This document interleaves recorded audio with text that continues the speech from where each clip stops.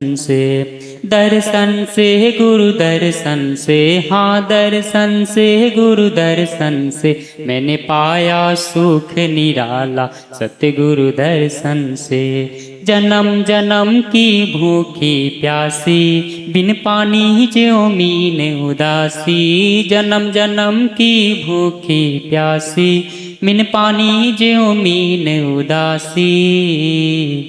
अब मिल गया, अब मिल गया अमृत प्याला सतगुरु दर्शन से, मेरे मन में हुआ उजाला सतगुरु दर्शन से।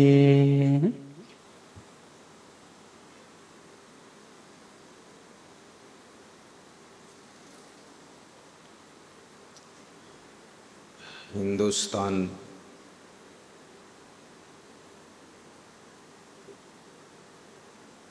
की अवतार भूमि उत्तर प्रदेश, डिस्ट्रिक्ट लखीमपुर खीरी, नेपाल बॉर्डर, तपोभूमि विश्व कल्याण आश्रम की धरा पर पूज्य श्री क्षमादेव जी की असीम कृपा से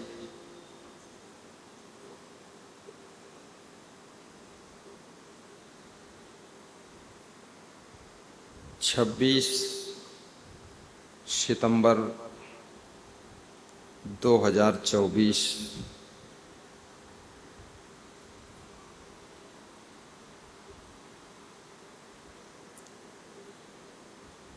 महान भक्त श्रीमती राजेश्री देवी गुप्ता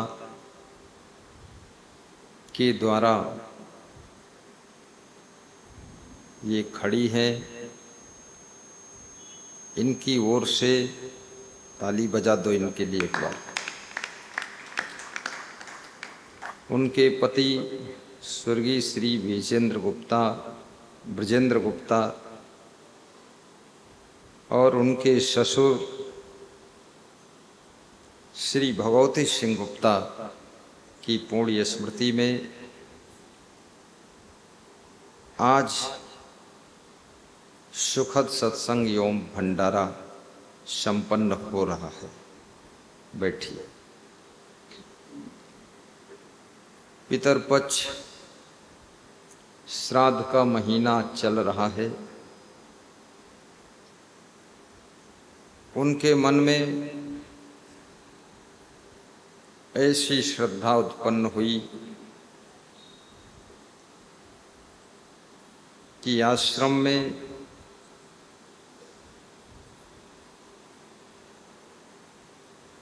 अपने ससुर और अपने पति की पुण्य स्मृति के उपलक्ष्य में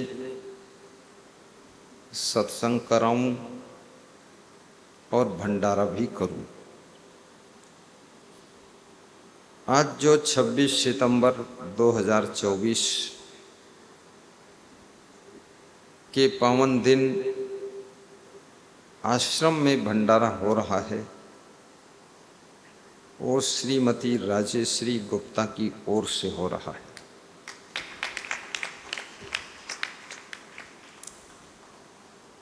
बहुत बड़ी उनकी निष्ठा है,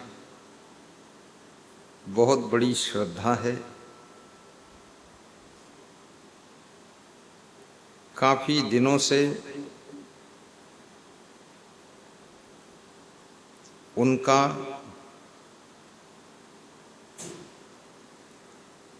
आश्रम में सत्संग सेवा दर्शन के उपलक्ष्य में आना जाना रहता है। लखीमपुर के मिश्राना चौकी के मूल निवासी हैं।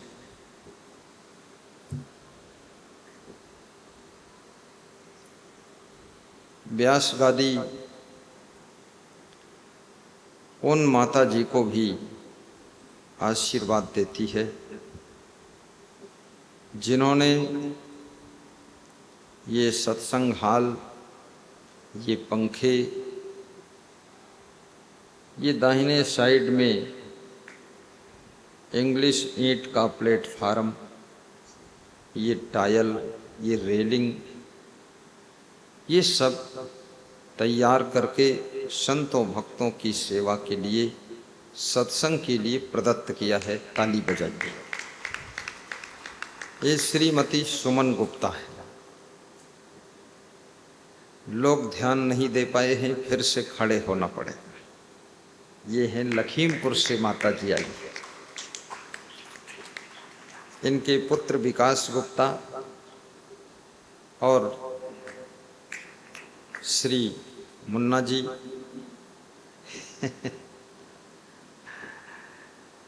अभिलाष गुप्ता इनको कहते हैं, और श्रीमती बहू आरती, पोती आयुषी, ये सब परिवार आया है। साहिब बंदगी आशीर्वाद देते हैं। बैठिए।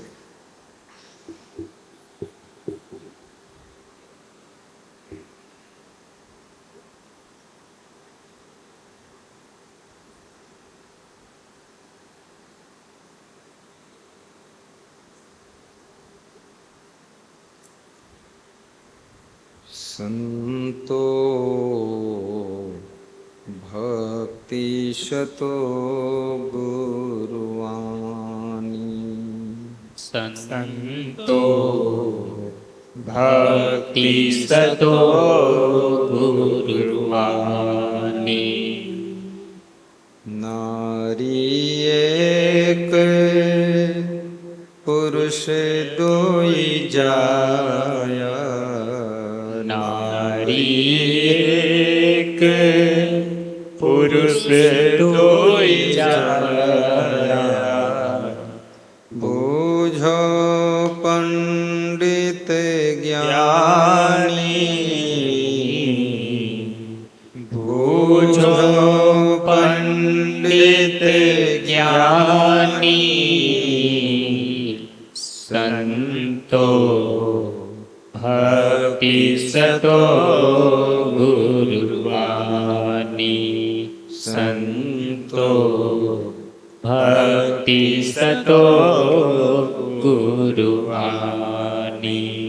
पाहन फोरी गंग एक नीकरी, पाहन फोरी गंग एक नीकरी। चौंदेश पानी पानी, चहुदिस पानी पानी।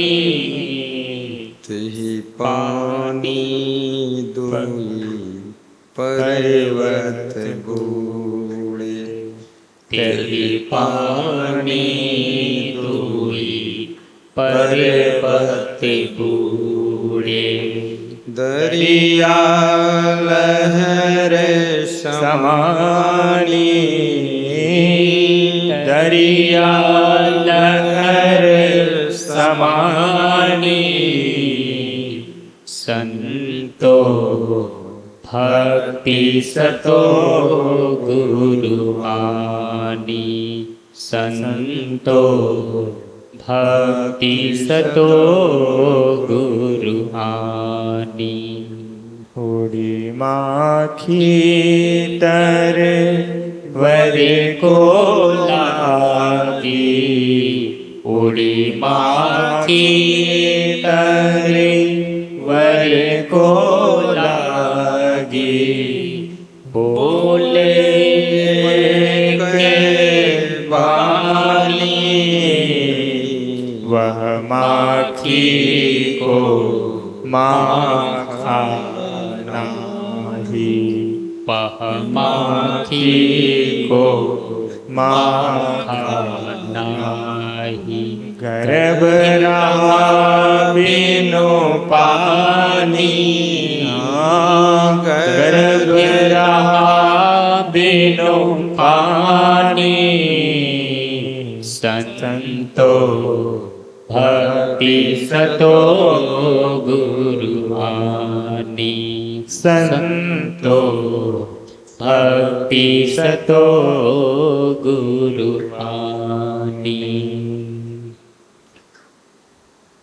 नारी सकल पुरुष खाए ताते रहे अकेला ताते रहे अकेला कहीं कबीर जो अब की पूछे सोई गुरु हम चेला सोई गुरु हम चेला संतो भक्ति सतो गुरुआनी संतो भक्ति सतो गुरुआनी बोलिए सदगुरु भगवान की जय बोलिए संत भगवान की जय बोलिए भक्त भगवान की जय साहिब बंदगी साहेब बंदगी साहेब बंदगी साहेब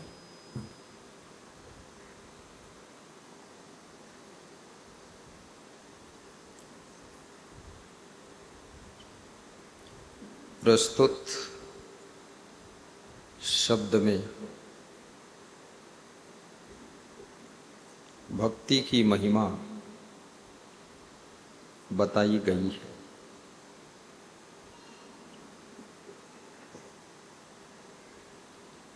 भक्ति कैसे प्राप्त होती है और भक्ति से क्या लाभ होता है।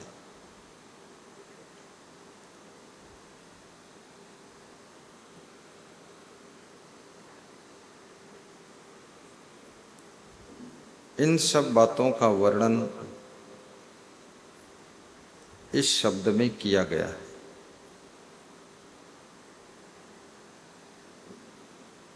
संतों भक्ति सतो गुरु आनी।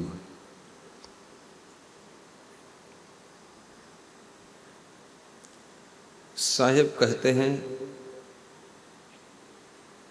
हे संतों, भक्ति तो सबके अंदर होती है, लेकिन जब तक कोई सद्गुरु का सत्संग नहीं मिलता है तब तक वो भक्ति सोई रहती है, सुषुप्त अवस्था में पड़ी रहती है। संतों भक्ति सतो गुरु आनी।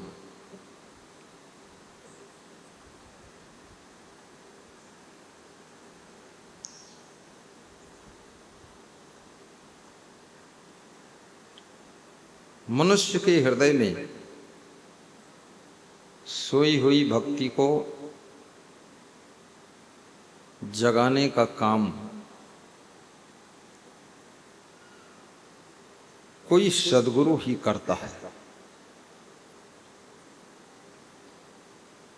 जब कोई सद्गुरु मिल जाता है तो हमें ज्ञान देता है, वाणी सुनाता है, तो भक्ति प्रफुल्लित हो जाती है। जैसे मिट्टी में नाना प्रकार के बीज छुपे हुए पड़े रहते हैं,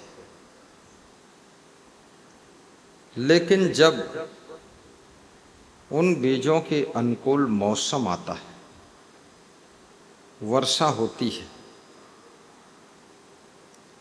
तो सब घास के बीज उग जाते हैं।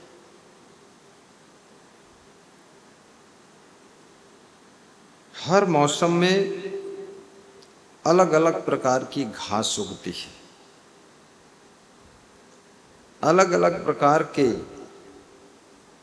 फसलों के बीज अंकुरित होते हैं। इसी प्रकार से मनुष्य के अंदर दो प्रकार के बीज पड़े हुए हैं। एक तो अवगुणों की घास के बीज है, बुराइयों की घास के बीज हैं। यदि कुसंग मिल गया, गलत संगत मिल गई, तो बुराइयों की घास उग जाती है, अवगुणों की घास उग जाती है। और यदि सत्संग मिल गया तो भक्ति के बीज अंकुरित हो जाते हैं और भक्ति प्रफुल्लित हो जाती है। क्योंकि एक ही व्यक्ति कुसंगत में पड़कर डाकू बन जाता है और वही व्यक्ति आधी उम्र तक डकैती करता है, लूटता है, मारता है, बड़ा कठोर दिखता है। फिर उसी व्यक्ति को सत्संग मिल जाता है आधी उम्र बीतने के बाद, तो वो व्यक्ति साधु बन जाता है, महान हो जाता है, दयालु हो जाता है। जो मनुष्यों पर भी दया नहीं करता था, अब वो चींटियों पर भी दया करने लगा है। जो मनुष्यों को लूट लेता था, अब वो चिड़ियों के लिए दाना लुटाता है, गायों के लिए चारा देता है और पशुओं की भी रक्षा करता है। उसके अंदर दोनों चीजें थी, कठोरता के भी बीज छुपे हुए थे और कोमलता के भी बीज छिपे हुए थे, लूटने के भी अवगुण छिपे हुए थे और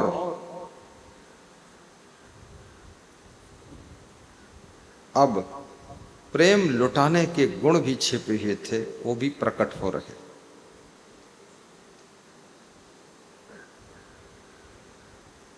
बड़ा पुराना उदाहरण है वाल्मीकि डाकू का।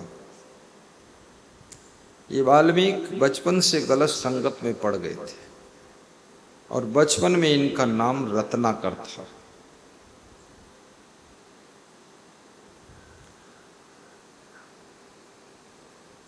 गलत संगत में पड़ने के कारण राह में बैठते थे, कोई निकलता था उसको लूटते थे और मार भी देते थे।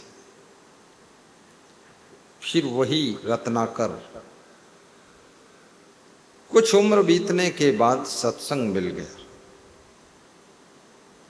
और सत्संग पाकर रत्नाकर साधु बन गया। जब साधु बना तो उसका नाम वाल्मीकि कैसे पड़ा? जो दीमक मिट्टी का घर बनाती है और वो घर ऊंचा हो जाता है, जिसको बांबी बोलते हैं, दीमक की बांबी। तो जब ये रत्नाकर ध्यान में बैठा तो इतना बड़ा ध्यान किया कि दीमक ने इसके ऊपर मिट्टी से ढांक लिया। तो दीमक जो मिट्टी लगाती है उसको वाल्मीकि कहते हैं, तो इनका नाम वाल्मीकि पड़ गया कि इतना बड़ा ध्यानी है ये, जिसका 1 मिनट ध्यान लगता ही नहीं था, जो बहुत चंचल था, बहुत क्रोधी था, बहुत कठोर था, हजारों का मर्डर कर दिया, कितने लोगों को लूट लिया। उसका मन बदल गया और मन बदलने के बाद उनका नाम वाल्मीकि ऋषि पड़ा और इतना बड़ा ऋषि हो गया। देखिए वही आदमी है जो लुटेरा है, लेकिन अब वही आदमी इतना महान बन गया कि भगवान राम वनवास के समय वाल्मीकि के आश्रम पर जाते हैं और वाल्मीकि का आश्रम भी बहुत सुंदर था। कितना उपद्रवी आदमी और कितना अच्छा आश्रम बनाया है। भगवान राम देखकर खुश हो गए और भगवान ने दंडवत प्रणाम किया और राम से पूछा, वाल्मीकि ने, आपको मेरा आश्रम कैसा लगा? जब कोई मेहमान आपके यहाँ आता है, स्वागत सत्कार करने के बाद आपके मन में जानने की इच्छा होती है कि हमारे घर में मेहमान को कैसा लगा। आश्रम में जब संत भक्त आते हैं तो आश्रम के प्रबंधकों की इच्छा होती है, जानने की अभिलाषा होती है कि कैसा लगा आश्रम इनको। तो वाल्मीकि ने पूछा, हे राम, आपको मेरा आश्रम कैसा लगा? तो राम कह रहे हैं, आपका आश्रम सुहावन है, सुंदर भी है और पावन भी है, इसलिए आश्रम को हम सुहावन कहते हैं। सुंदर होना भी कठिन है और पावन होना तो बहुत कठिन है।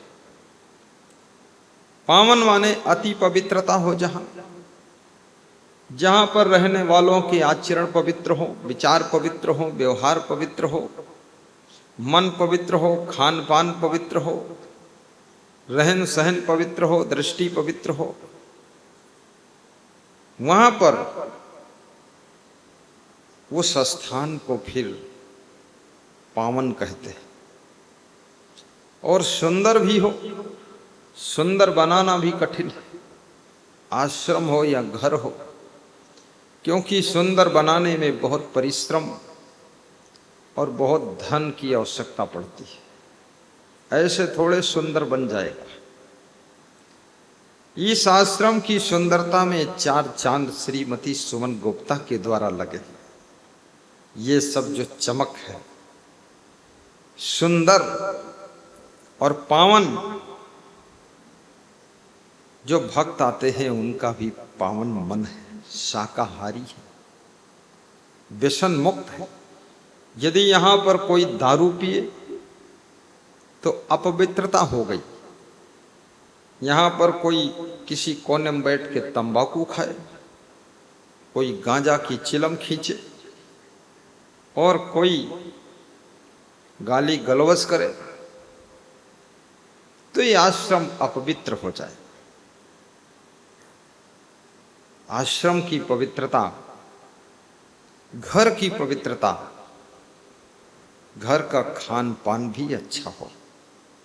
घर वाले मांस, मछली, अंडा, मुर्गा, शराब, बीड़ी, सिगरेट, गांजा, चरस, तंबाकू, अफीम, ये कुछ भी ना खाते पीते।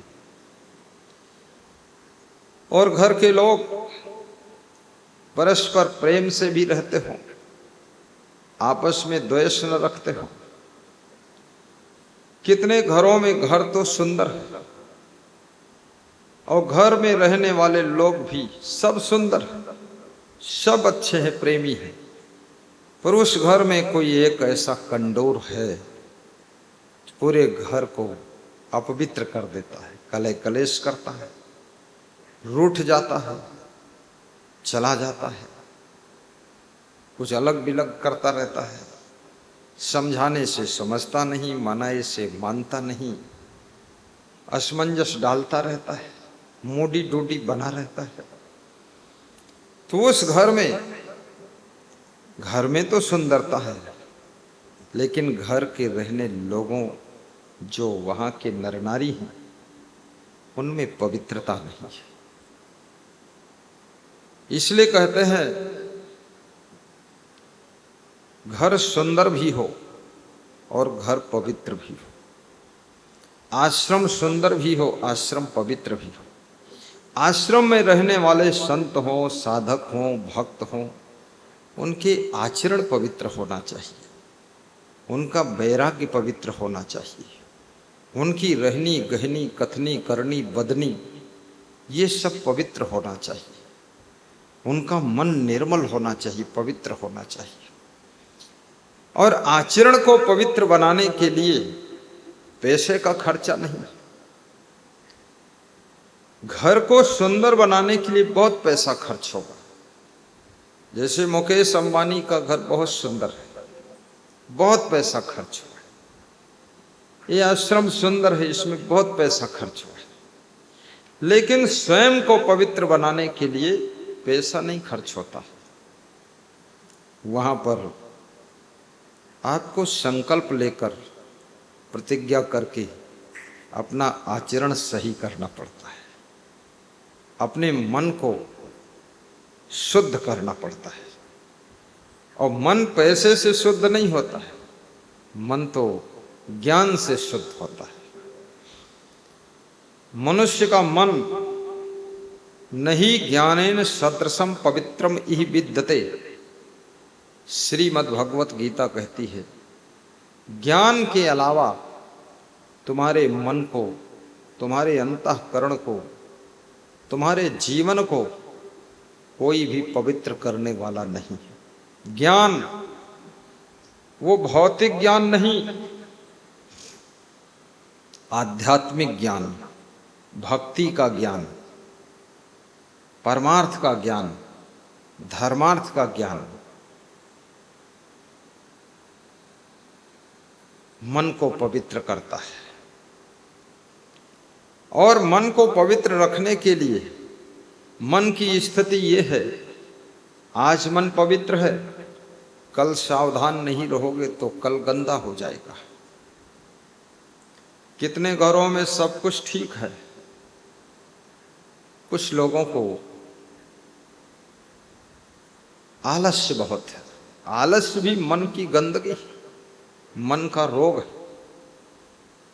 कुछ लोग क्रोधी बहुत है, सहनशील बिल्कुल नहीं। कुछ लोग अहंकारी बहुत है, बिल्कुल बर्दाश्त नहीं करता है। उसका चेहरा भी देख लो तो लगता है भस्मासुर है, ऐसा मुंह बना के खड़ा होता है और पूरे घर में अशांति पैदा कर देता है। बहुत बड़ी बात है। मन की पवित्रता से घर में शांति का जन्म होता है। मन की शुद्धता से सबको प्रसन्नता प्राप्त होती है। आचरण की शुद्धि से वो स्थान पवित्र हो जाता है। व्यवहार शुद्धि, चरित्र शुद्धि, आहार शुद्धि और विचार शुद्धि, वाणी शुद्धि, कर्म शुद्धि, स्वभाव शुद्धि।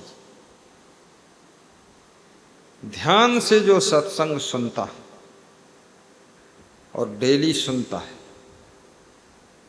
और उस पर अमल करता है, उसी का मन शुद्ध होता है। सुनते रहे, अंदर कुछ उतर ही नहीं रहा। एक सेठ सत्संग सुनने गया था, बड़ी देर हो गई, लौट कर नहीं आया। घर में मेहमान आ गए तो सेठानी ने कहा, जाओ बेटा, तुम्हारे पिताजी बहुत सत्संगी हैं, कहीं सत्संग में बैठे होंगे हनुमान जी के मंदिर पर, तो उनको बुला लो। तो बेटा बुलाने गया तो वहां देखा सत्संग भजन चल रहा और सेठ जी मोड़ हिला हिला कर सुन रहे और भारी भीड़ है। तो लड़का भी पीछे बैठ गया। वो सोचा अब डिस्टर्ब करना ठीक नहीं है, 10 मिनट हम भी बैठ जाते।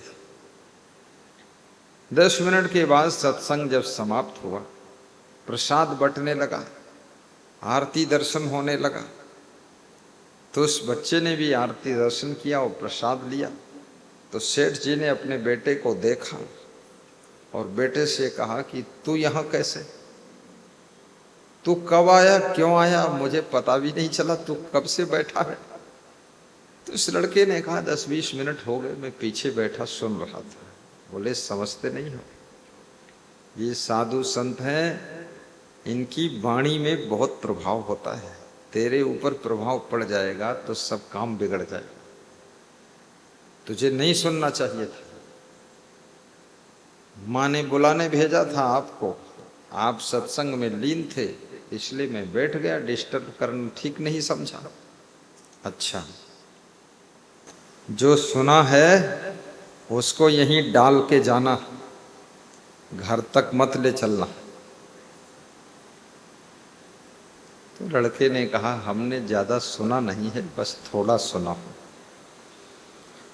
दया की बात सुना, गौ सेवा की बात सुना हूं, गाय की सेवा करना चाहिए, ऐसा सुना हूं, और कुछ आदमी की बात नहीं सुना, ना स्त्रियों की बात सुना, ना कोई घर की बात सुना, बस गाय की सेवा करना चाहिए, ऐसा वो महात्मा जी बता रहे थे। तो सेठ बोला कोई बात नहीं, गाय की बात है, पशु की बात है, कोई फर्क नहीं पड़ेगा। घर आए, गल्ले का व्यापार था, एक गाय आई, गाय ने मुंह में गेहूं भर लिया। तो सेठ जी ने अपने बेटे से कहा कि इस गाय का मुंह पकड़कर दबाकर इसके मुंह से गेहूं निकालो और इसको 10 डंडा मारकर यहां से भगाओ। तो लड़का बोला पिताजी अभी सुन के आए हैं गौ माता की सेवा करना चाहिए, तो एक मुंह गेहूं खा लेगी, कोई बात नहीं। बोले यही गड़बड़ हो गया, एक ही दिन प्रवचन सुना और तेरा मन बिगड़ गया, अब बताता है गौ सेवा होगी और ये होगा वो होगा। तो सेठ दौड़ा, अब गाय का मुंह पकड़ के, छोटा गाय का बच्चा था, और उसके मुंह से गेहूं निकाल लिया और उसके डंडा पीठ पर 2-4 मारकर भगा दिया। तो लड़के ने पूछा पिताजी तुम रोज सुनने जाते हो, आपके ऊपर असर नहीं पड़ा? तो सेठ जी ने कहा एक बात बताऊं, मैं पल्लव झार सुनता हूं। बोले पल्लव झार क्या होता है? बोले जैसे कोई कपड़ा बिछा दो और उस पर कोई चीज फूल आदि बरस जाए और फिर जब उठो तो कपड़ा को वहीं झाड़ दो और केवल कपड़ा लेकर चले आओ और उसमें से एक फूल भी नहीं आना चाहिए घर। तो ऐसे में पल्लव झार सुनता हूं, सुनता सब हूं और वहीं पर सब ज्ञान झाड़ देता हूं और जैसा जाता हूं वैसे वापस लौट आता हूं, असर बिल्कुल नहीं पड़ता और ज्ञान लेता ही नहीं। तो आते क्यों हो यहाँ पिताजी? तो पिता ने कहा तू सत्संग में एक ही दिन आया है, इतना बात मत कर। मैं आता इसलिए हूं कि यहाँ थोड़ा रेस्ट हो जाता हमारा, घर में रेस्ट नहीं मिलता है। तेरी मम्मी बहुत परेशान करती, काम लेती है घर में बहुत, तो मैं यहाँ आकर थोड़ा आराम कर लेता हूँ। बोले आराम कैसे करते हो?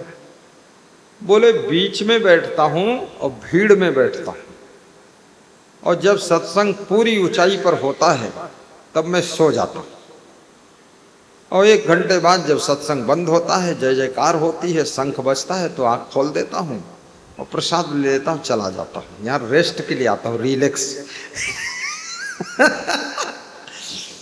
कितने लोग सत्संग में सोने के लिए जाते हैं, कितने लोग सत्संग में घर के कलह कलेश से परेशान हो गए, घर के लड़ाई झगड़ा से, इसलिए जाकर सत्संग में 2 घंटे बैठते हैं शांति से। लेकिन घर का भी लड़ाई झगड़ा समाप्त हो सकता है यदि सत्संग के शब्द तुम्हारे ऊपर असर कर रहे। यदि सत्संग के शब्द असर नहीं करते तो घर में ज्यों का त्यों ही लफड़ा रहेगा। और घर के हर सदस्य को सुधरना चाहिए, अपने आप में बदलाव लाना चाहिए। और ज्यों ज्यों उम्र बढ़ती जाए त्यों तो खुद को बदलो। जोश खरोश कम कीजिए, गुस्सा क्रोध कम कीजिए, सहन शक्ति बढ़ा दीजिए। अपने परिवार के सदस्यों को अच्छी अच्छी बात समझाइए, संतोष भी रखिए, क्योंकि अब तुम बहुत बड़े हो चुके हो, अब तुम्हारी उम्र बहुत है। अब सब नशा उतार दीजिए, ये गुस्सा, ये सब जोश खरोश, जोर जोर चिल्ला चिल्ला कर बोलना। चिल्लाता वही ज्यादा है जो गलत होता है। वो चिल्ला करके दूसरों को दबाना चाहता है कि हम इतना शोरगुल मचाएं कि दूसरे डर जाएं और कुछ बोले ना। लेकिन तुम जितना शोरगुल मचाओगे, सबको पता चल रहा कि तुम ही गड़बड़ ज्यादा हो। शोरगुल मचाने की क्या जरूरत है, धीरे शब्दों में बात करो। और प्रेम जब बहुत होता है, प्रेम पूर्ण होता है, तो आदमी बहुत धीरे बोलता है। प्रेम और ज्यादा होता है तो फुसुर फुसुर बात करके काम कर लेता है। और प्रेम बहुत ज्यादा होता है, इशारे से काम कर लेता है, फिर ओंठ भी नहीं चलाता। अब प्रेम की जब कमी होती है, अंदर गड़बड़ी होती है, तो झन फन करता इसलिए है ताकि कोई हमसे बोले कुछ ना। क्रोध बहुत करता है। तो याद रखना कि संसार में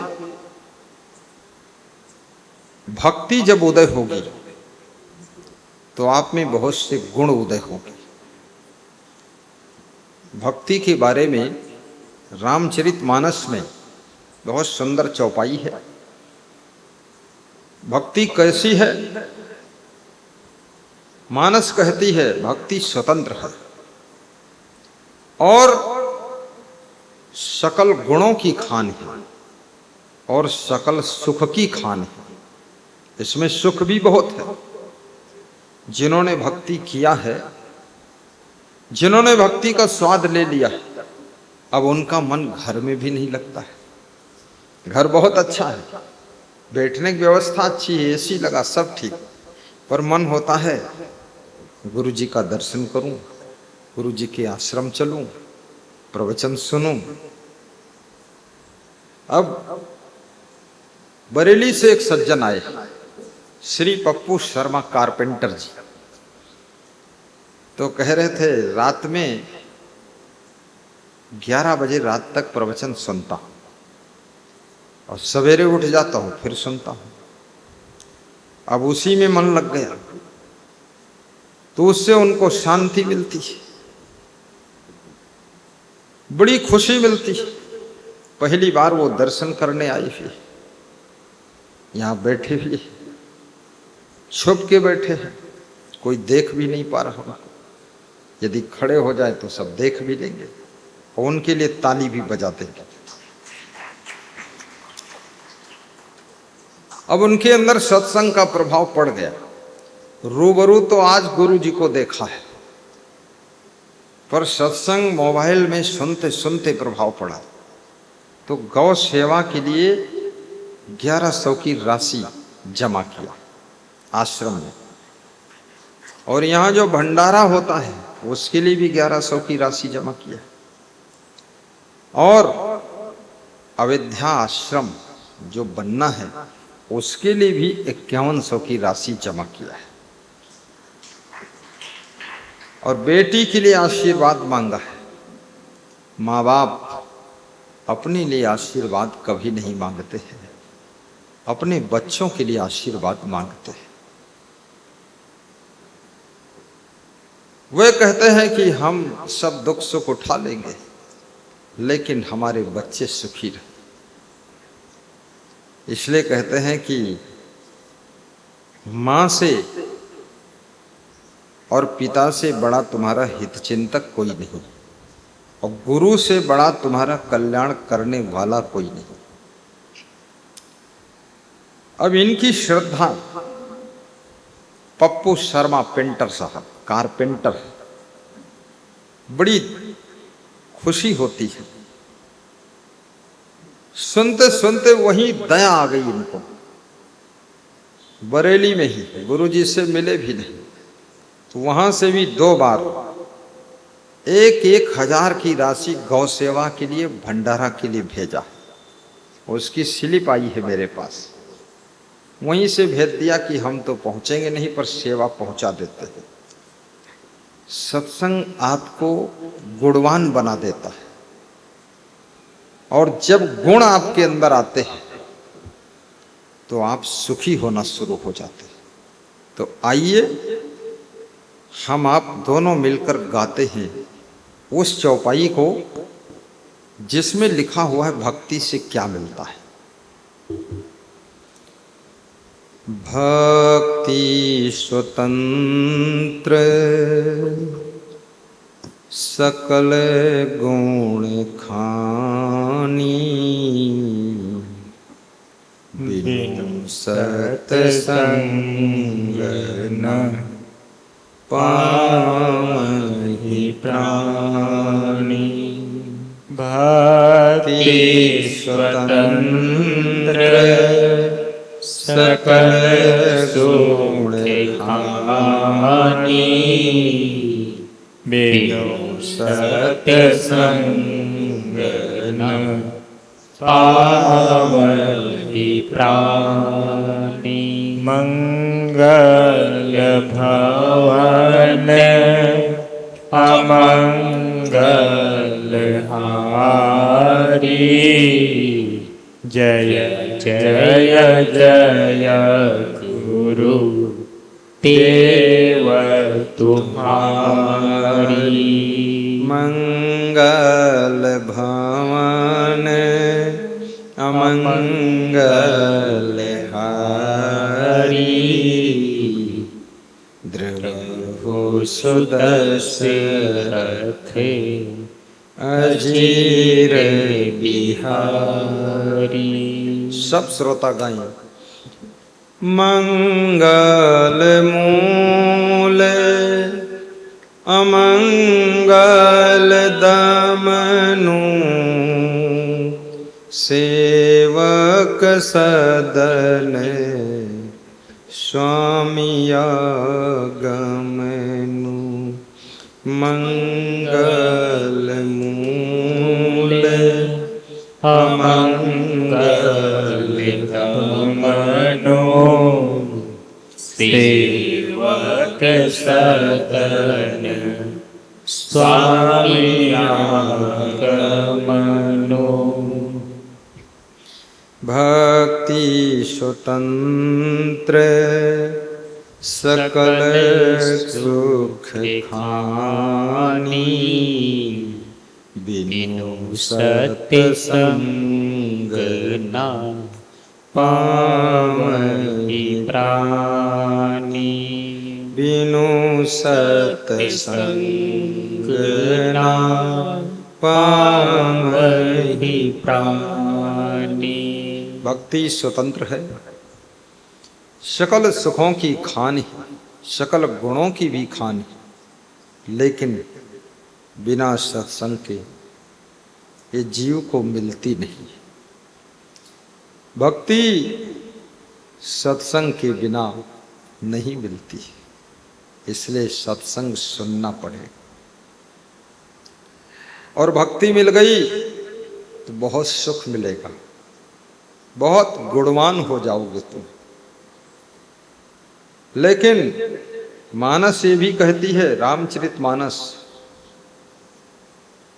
कि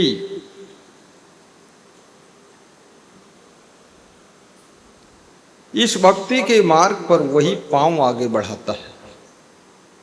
कौन? पांव दे यही मार्ग सोई। वो व्यक्ति पांव आगे बढ़ाता है भक्ति के रास्ते पर। कौन? अति गुरु कृपा जाहि पर हुई, अति हरि कृपा जाहि पर हुई। जिसके ऊपर गुरु की कृपा हो जाए, अति कृपा है, वही भक्ति के रास्ते पर पांव आगे बढ़ा सकेगा। भक्ति के रास्ते पर पांव आगे बढ़ाना बहुत कठिन है। बुराइयों के रास्ते पर पांव आगे बढ़ाना बहुत आसान है। सब तुम्हारे पांव रोकते रहते हैं, ब्रेक लगाते रहते, फिर भी पांव आगे बढ़ जाते हैं गलत रास्ते पर। लेकिन भक्ति के लिए सब समझाते रहते, फिर भी पांव आगे नहीं बढ़ते, क्योंकि मनुष्य का मन बहुत चंचल है। एक सेकंड में मन गड़बड़ करने लग जाता है। भक्ति का रास्ता पकड़ना आसान नहीं। कई लोग भक्ति का रास्ता पकड़ते हैं और फिर छूट जाता है। कितने लोग 2-4 साल भक्ति कर पाते, फिर छूट गई, फिर उसी संसार की धारा में बह गए। फिर मालूम हुआ मांस मछली खाने लग गए, अंडा मुर्गा खाने लग गए, फिर से दारू पीने लग गए, गांजा पीने लग गए।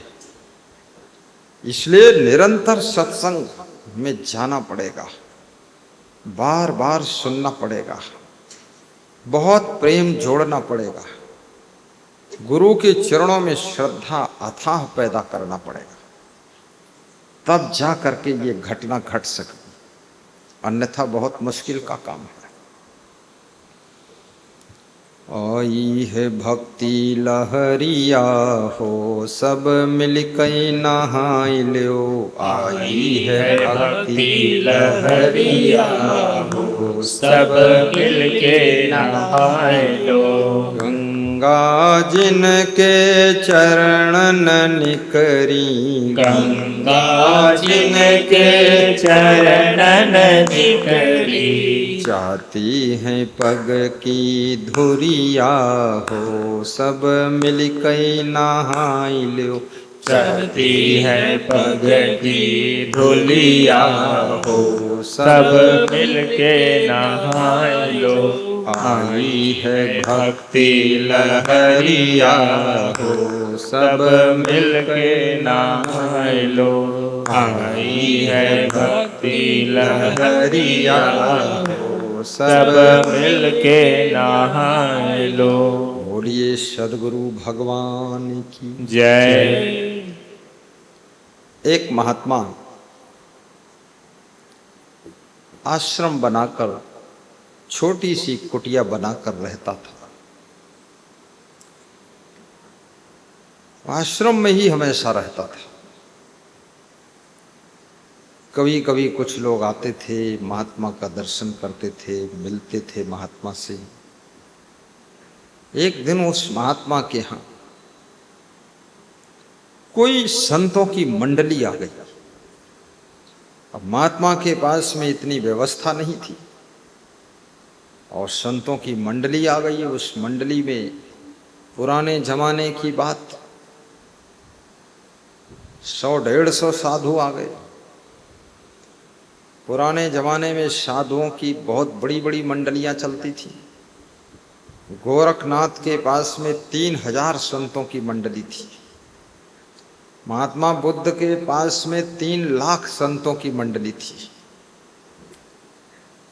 अब संतों जैसे कपड़े सब पहने थे, ठीक ठाक संत कितने थे वो बात अलग है, लेकिन मंडली थी सब। तो मंडली पहुंच गई। अब वो अकेला साधु उसने सोचा अब इनको भोजन कैसे खिलाऊं, भंडारा कैसे खिलाऊं, क्या करूं। 2-4 भक्त आ गए, बोले महाराज कुछ तो इंतजाम करना ही पड़ेगा, क्योंकि अब साधु संत आए हैं, रात रुकेंगे ठहरेंगे तो इनको, इस मंडली में भक्त भी हैं, कुछ संत भक्त की मंडली मिक्स है ये। तो सबसे सस्ता विचार किया कि ऐसा किया जाए, छोटा सा जंगल है ये, आलू भून दिया जाए और उसमें नमक मिलाकर इनको खिला दिया जाए। रोटी दाल चावल पूड़ी सब्जी ये सब नहीं हो पाए, तो आलू भूना और आलू खिलाया। संत सभी संतोषी थे, प्रेम से संत मंडली भक्त मंडली आलू का भंडारा कर दिया। पुराने जमाने में साधु लोग आलू का ही भंडारा केवल कर लेते थे, अब तो साधु संत महात्माओं के लिए भी व्यवस्थाएं अच्छी है। तो भंडारा हो गया, भुने हुए आलू कोचकर नमक डालकर थोड़ा सा सरसों का तेल मिलाकर उसी में खिला दिया। और भूख खूब थी, पैदल चलकर आए थे, साधन संसाधन कोई था नहीं, तो बड़ा स्वाद भी आया। स्वाद भूख से पैदा होता है, जितनी कड़ी भूख होगी उतना ज्यादा स्वाद आएगा। इसलिए आप एक दिन व्रत रहो, उसके बाद दूसरे दिन खाओ तो देखो कितना टेस्ट आता है। कड़ी भूख लग जाए बहुत स्वाद आता है। तो बड़ी सुंदर घटना घट गई। खाने के बाद सब संत बैठ गए, ज्ञान चर्चा प्रारंभ हो गई। अब वो जो कुटिया वाला साधु था, आश्रम वाला, वो साधु बड़े विचित्र ढंग से मन में सोचने लगा क्या ज्ञान चर्चा होगी। तो वो सब साधुओं ने पूछा कि आप तीर्थ स्नान कर चुके हैं कि नहीं। तो उसने कहा मैं तो तीर्थ में नहीं गया, इस कुटिया से फुर्सत ही नहीं पाया, इसी आश्रम में ही जिंदगी बीत गई। बोले कोई गंगा जमुना सरस्वती नदी में नहाया आपने? बोले मैं तो इसी हैंडपंप में नहा लिया हूं और कहीं नहाया नहीं। तो संत मंडली को बहुत गलत लगा। संत मंडली ने कहा ये तो बड़ी गलत बात हो गई, ऐसे अपवित्र आदमी के यहाँ भोजन कर लिया हमने, ये आलू आलू खा लिया, ये तो बड़ा गंदा आदमी है, क्या करना चाहिए। सबको चिंता होगा। बोले इससे सत्संग भी और क्या करना है। बोले सत्संग सुनाते हो कुछ की नहीं। बोले बस हम तो आत्मा में लीन रहते हैं, आत्मा परमात्मा। और संत लोग कभी कभी आ जाते, सुना देते, हम सुन लेते हैं, हम सुना नहीं पाते। तो जो संत मंडली आई थी उसके मन में बड़ा संदेह हुआ कि गलत व्यक्ति के यहाँ हम लोग ठहर गए। अब रात हो गई, अब रुके थे, सोच रहे थे क्या करूं। रात में बहुत देर जागते रहे। तो रात में 2 जब बज गए तो 2 बजे देखा उस आश्रम का, उस कुटिया का गेट अचानक खुल गया और बहुत सी गायें आईं, काली काली गायें, काले रंग की। और उस आश्रम के आंगन में, बहुत बड़ा आंगन था, बहुत बड़ा द्वार था, उसकी धूल में सभी गायें बैठ गईं, लोटने लगी, लोट लोट कर, और सफेद रंग की हो गई, श्वेत वर्ण हो गया। और फिर एक एक करके आश्रम से बाहर होती चली गई। तो संत मंडली ने ये करिश्मा देखा तो सोचा ये है क्या मामला। आखिर ये गायें काले रंग की आई हैं, रेत में बैठी हैं, धूल में, उसी में लोट पोट कर श्वेत वर्ण की बनकर जा रही हैं, ये हैं कौन। कुछ डर भी लगा, ये कुछ जादूगिरी का काम है, क्या करिश्मा है, चमत्कार है कोई। जा करके गायों को रोका, पूछा तुम कौन हो? तो गायों ने कहा हम तीरथ हैं, गाय का रूप धारण करके आए हैं। और ये साधु इतना पवित्र आत्मा है, इसके कुटिया में जो जगह खाली है, द्वार है, आंगन है, यहाँ इसके चरणों की धूल पड़ी है, तो इसमें हम लौटते हैं, बैठते हैं, तो हम काले रंग से सफेद रंग के हो जाते हैं। बोले काले रंग से सफेद, काला रंग कैसे हुआ? बोले हम सब तीर्थों में दुनिया के लोग आकर के सब अपने पाप धो देते हैं, तो उनके पाप की कालिमा से हम काले हो गए। अब हम उस कालिमा को धोने के लिए ये ऐसा महान संत है, इसके चरणों की धूल में लोट पोट लेते हैं तो वो पाप धुल जाते हैं। तो संत मंडली सोच में पड़ गई कि ये तो बड़ा पहुंचा हुआ संत है, भले ही इसको कुछ आता है या नहीं आता है, लेकिन है योग्य। सभी संत मंडली सवेरे उठ करके स्नान करके वो जो साधु कुटिया में रहता था उसको प्रणाम किया जाकर।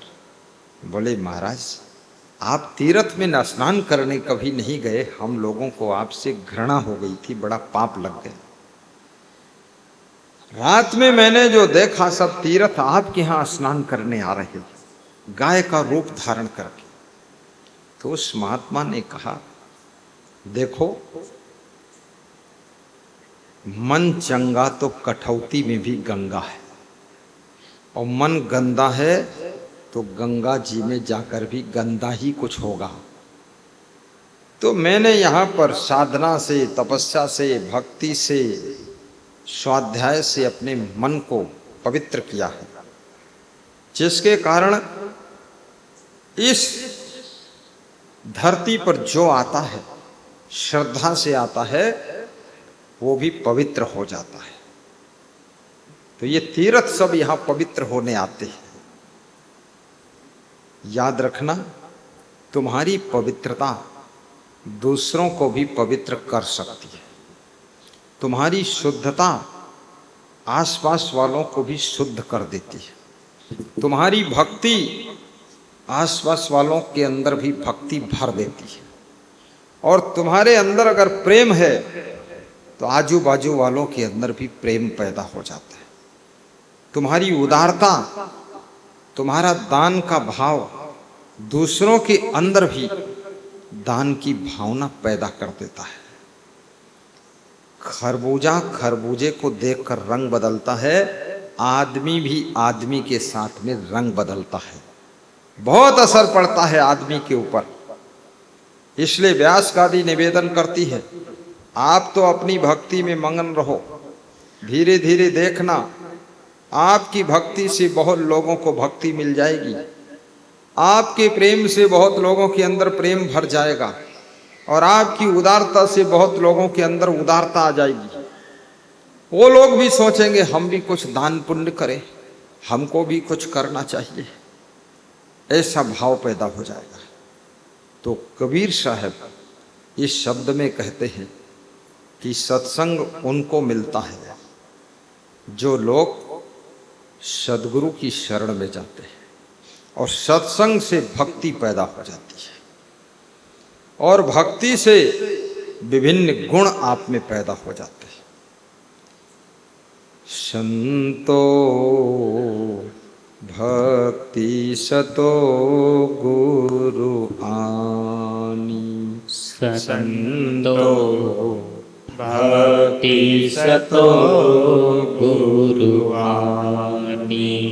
नारी एक पुरुष दोई जाया, नारी एक पुरुष दोई जाया, बूझो पंडित ज्ञानी, संतो भक्ति सतो गुरु आनी। संतो भक्ति सतो गुरु आनी। संत कबीर ने इस शब्द में कहा है कि नारी एक स्त्री ऐसी है जिसने दो पुरुषों को जन्म दिया है। कौन सी स्त्री है और कौन से वह दो पुरुष? साहेब कहते हैं भक्ति रूपी नारी है और ज्ञान और वैराग्य रूपी दो पुरुष है।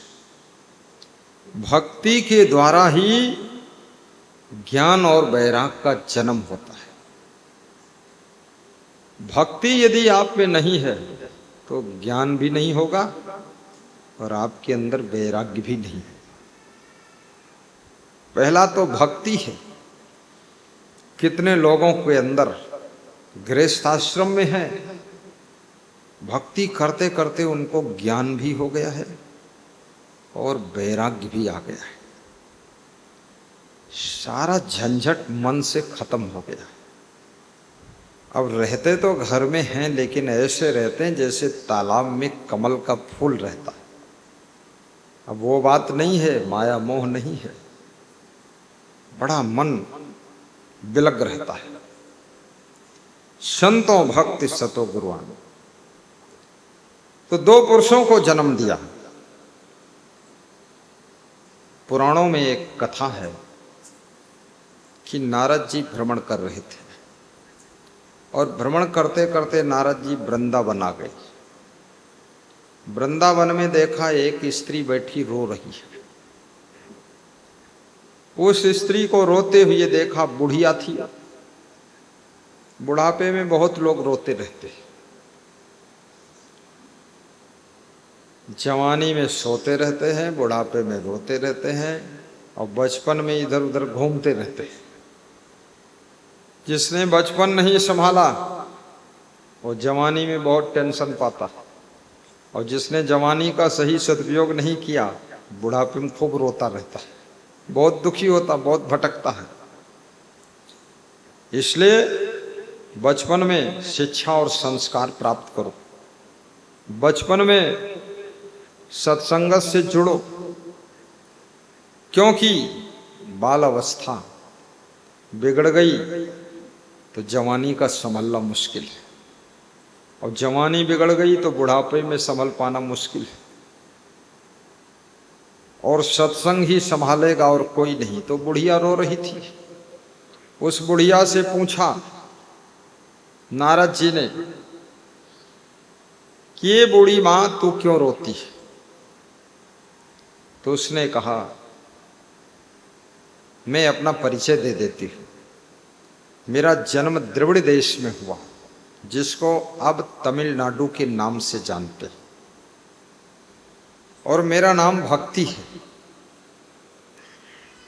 वहां भक्ति का सम्मान करने वाले लोग नहीं दिखे तो मैं वहां से धीरे धीरे आंध्र प्रदेश, तेलंगाना, महाराष्ट्र होते हुए गुजरात आ गए। गुजरात में मेरी सेवा तो खूब हुई, भक्ति लोग खूब करते हैं, लेकिन मेरे दो पुत्रों का जन्म हुआ, ज्ञान और वैराग्य। तो वहां ज्ञान वैराग्य वाले लोग नहीं हैं, ज्ञान और वैराग्य की सेवा कोई नहीं किया। तो मेरे पुत्र कमजोर हो गए। घूमते घूमते मैं हरिद्वार होते होते वृंदावन आ गई। वृंदावन में भक्ति खूब है, मेरी सेवा तो खूब होती है, आदर होता है, लेकिन मेरे पुत्रों का ख्याल करने वाला कोई नहीं। ज्ञान और वैराग्य पर चलने वाले लोग कोई बिरले हैं। मैं अपने पुत्रों की कमजोरी को देख करके दुखी हूं, रो रही हूं कि मेरे पुत्र अब उठ नहीं पाते हैं, चल नहीं पाते हैं, इतना वीकनेस हो गई है, अब ये पुत्रों का क्या होगा। नारद जी ने कहा हे मां रो मत, आपके ज्ञान वैराग्य जो पुत्र हैं इनकी सेवा करने वाले भी लोग मिलेंगे लेकिन कम होंगे। इसलिए ज्ञान के मार्ग पर चलने वाले लोगों की कमी है। वैराग्य के मार्ग पर चलने वाले संसार में बहुत कम लोग हैं।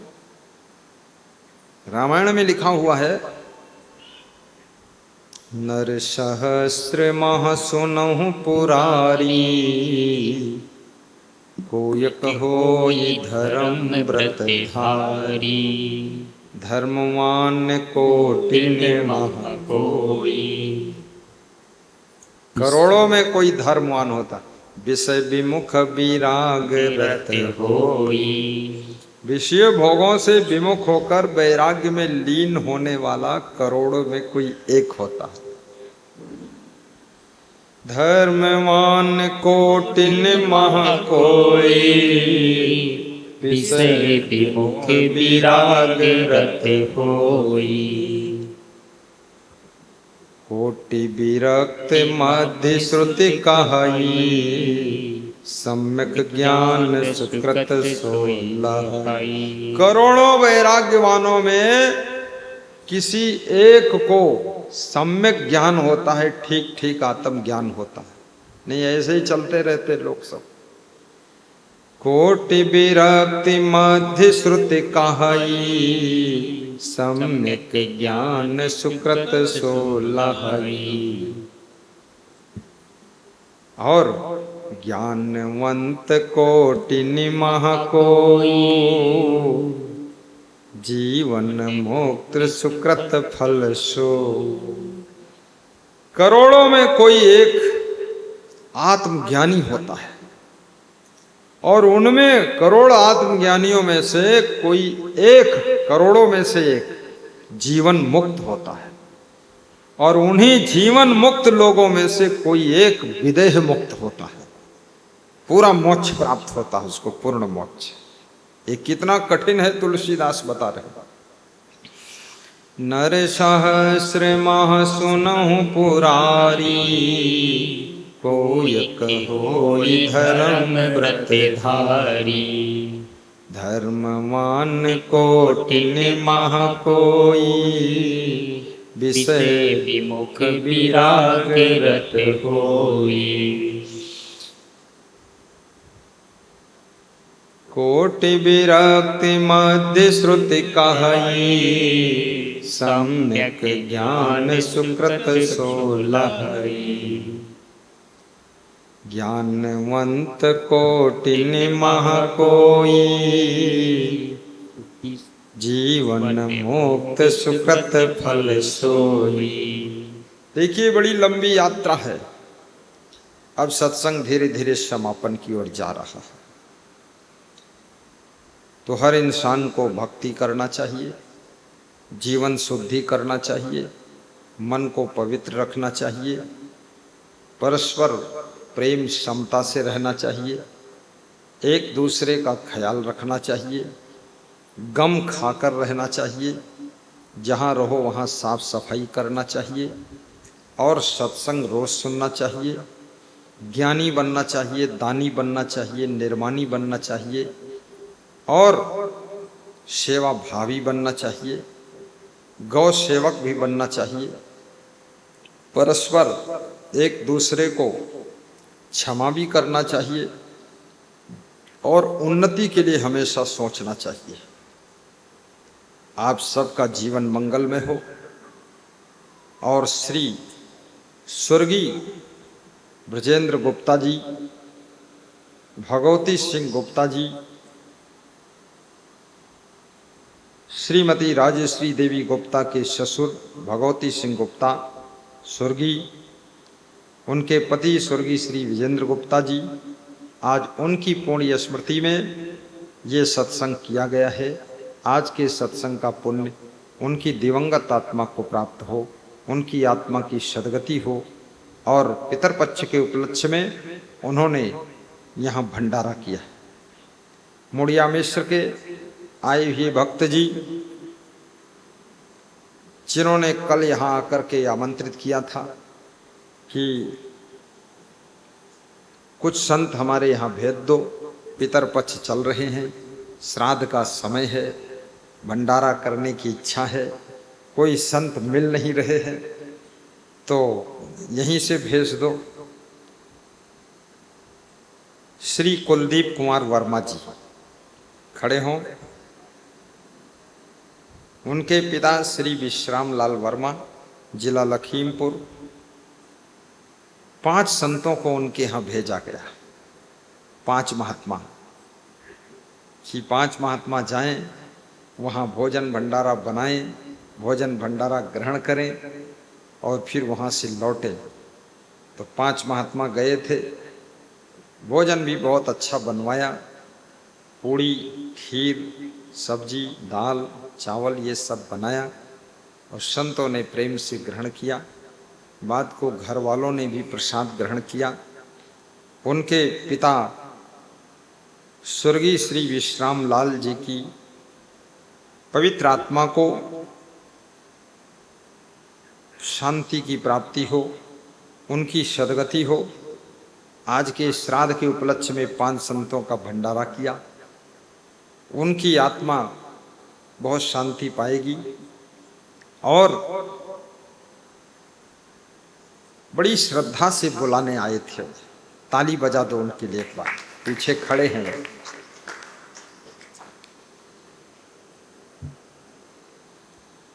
सभा में लखीमपुर से बहुत भक्त आए हैं। सभी लखीमपुर वाले भक्त खड़े हो जाएं। देखिए लखीमपुर की मंडली, ये भक्तों की मंडली है। इनको सबको शुभकामना करता हूं। बैठ जाइए। आमा गांव से, कोरैया, मोहाला से भक्त आए हुए हैं, वो भी खड़े हो जाएं। ये देखिए, ये आमंत्रण देने आए हैं कि हमारे यहाँ एक दिन का सत्संग दीजिए। बैठिए। महान भक्त शिवशंकर जी, बाबा शिवशंकर गुप्ता, सिंगरौली जिला मध्य प्रदेश से खड़े हुए। बैढ़न से आए हैं। इनको भी बहुत आशीर्वाद है। 50,000 की राशि पितर पक्ष के उपलक्ष्य में पे फोन पर 62-62-10-21-21 पर दान दिया है और बहुत श्रद्धा है। एक बार प्रोग्राम भी करा चुके हैं और फिर से उनकी तैयारी चल रही, प्रोग्राम करूंगा। हमारे खुदागंज से 2 भक्त आए हुए हैं।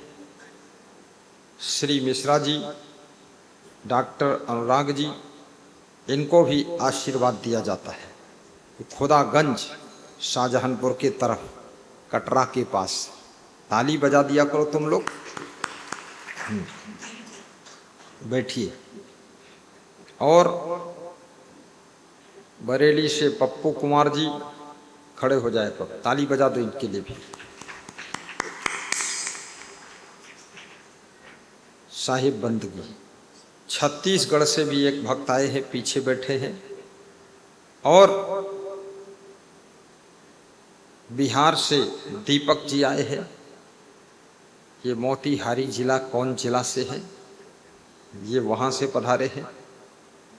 और बाराबंकी से चंद्रपाल जी हैं, ये भी श्रद्धा से आए हैं। रायबरेली जिले से वैभव सिंह हैं, वैभव सिंह राजपूत, ये रायबरेली से है। ये भी संस्कार लेने के लिए आए हैं। इनके माता पिता ने भेजा है। 1 महीने गुरु के साथ रहकर सीखो समझो जाकर। होशियार बच्चा है, सेवा कर रहा है। और अब एक भजन की कड़ी गा दीजिए, फिर समापन कर देता। इस जमाने के प्रभु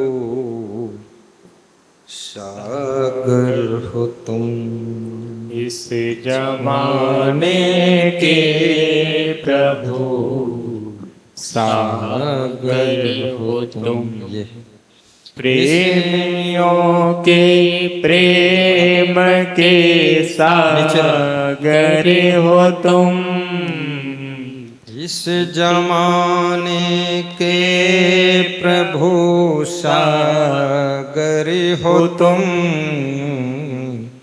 प्रेमियों के प्रेम के सागर हो तुम, प्रेमियों के प्रेम के सागर हो तुम।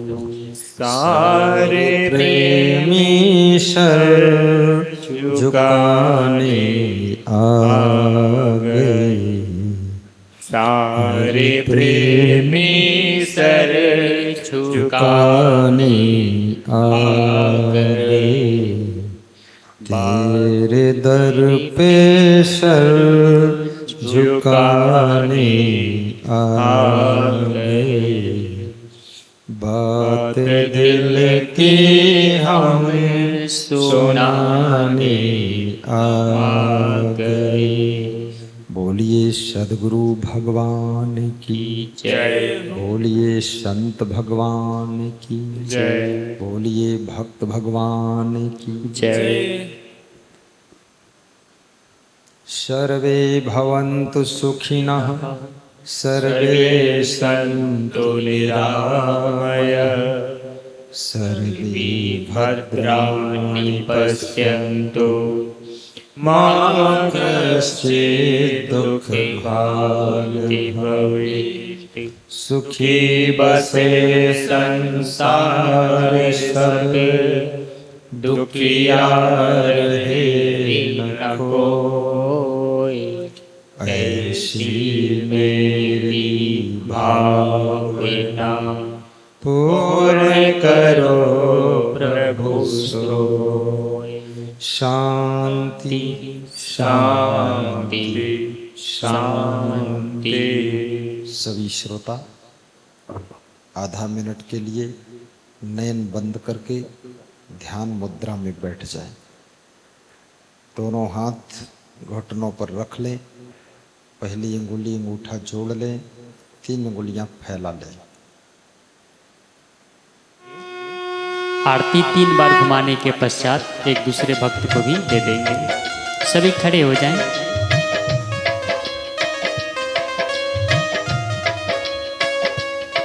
ये दुख भंजन गुरुदेव की है आरती, दुखियों का दुख है निवारती। ये दुख भंजन गुरुदेव की है आरती, दुखियों का दुख है निवारती।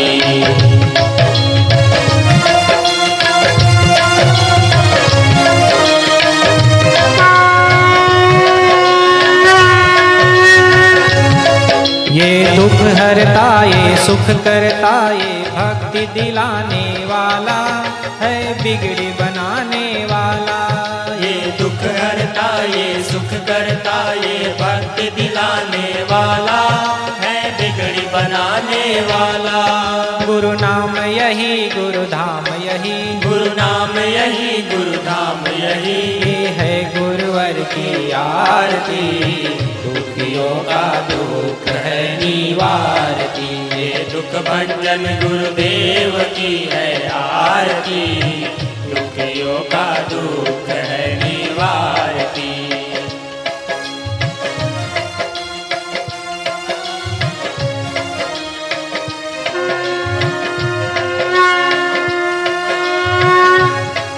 गुरु ब्रह्मा मेरे गुरु विष्णु मेरे, गुरुदेव है दीन दयाला, है सबका ये रखवाला। गुरु ब्रह्मा मेरे गुरु विष्णु मेरे, गुरुदेव है दीन दयाला, है सबका ये रखवाला।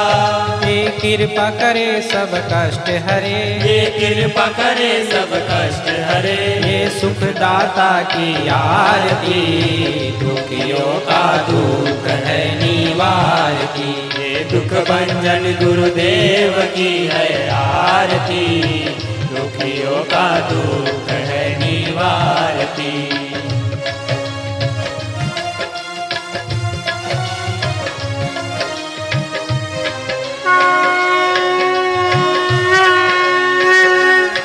ये करुणा सिंधु ये दीन बंधु, सही राह बताने वाला, सतबोध कराने वाला। ये करुणा सिंधु ये दीन बंधु, सही राह बताने वाला, सद्बोध कराने वाला। भव भव पार करे तय ताप हरे, भव पार करे तय ताप हरे। ये गुरु महिमा की आरती दुखियों का दुख है निवारती, ये दुख भंजन गुरुदेव की है आरती। दुखियों का दुख है निवारती, ये दुख भंजन गुरुदेव की है आरती। दुखियों का दुख है निवारती।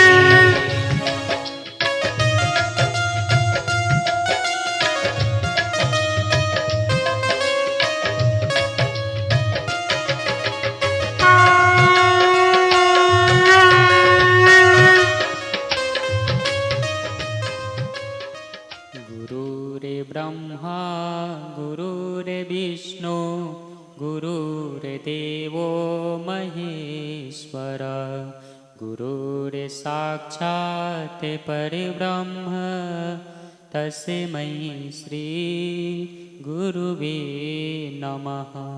तस्मै श्री गुरुवे नमः।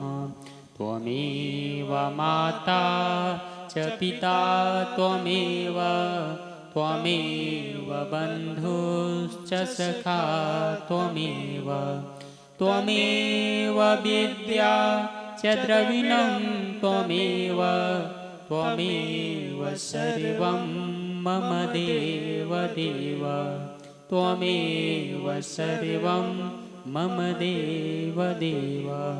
अब सभी भक्त श्रद्धालु बैठकर गुरुदेव जी को बंदगी प्रणाम करें। बंदों सन्मुख पार की शीस भेंट धरु हाथ, वचन उचारो बंदगी सत्य प्रेम के साथ। साहेब बंदगी साहेब बंदगी साहेब बंदगी। बोलिए सदगुरु भगवान की जय, सदगुरु क्षमादेव की जय, सदगुरु गुरुमनदेव की जय, कबीर धाम की जय। साहेब बंदगी साहेब बंदगी साहेब बंदगी। अब सभी भक्त गणों को गुरुदेव का आशीर्वाद प्राप्त करने के लिए मौका दिया जाएगा। तो आइए मंच के दाहिने साइड से सभी भक्त श्रद्धालुगण आकर के गुरुदेव का आशीर्वाद प्राप्त करें। सभी जो परिवार के साथ में आए हुए हैं, जिन जो